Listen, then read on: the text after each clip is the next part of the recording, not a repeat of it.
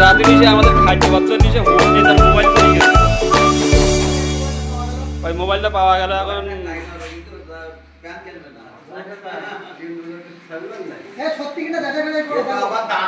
খেয়ে দিই নাই পরে দেখ পানো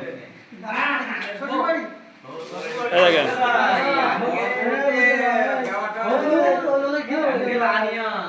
এই দেখেন সবাই বসছি কিন্তু আমার বসার জায়গা পাচ্ছি না জানি বলে কি হবে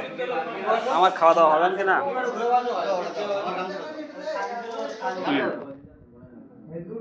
এই কজন এই কাজ পিছিয়ে বেশি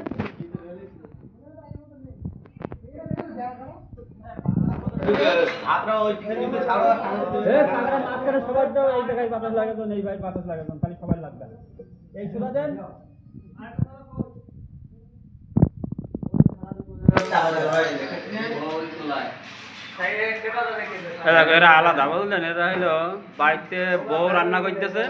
সেই খাদ্য নিয়ে আমাদের সামনে খাচ্ছে বসে লজ্জাও করে না আর আমাদের বউ নেই বলে আমাদের যা ইচ্ছা তাই খাতি যাচ্ছে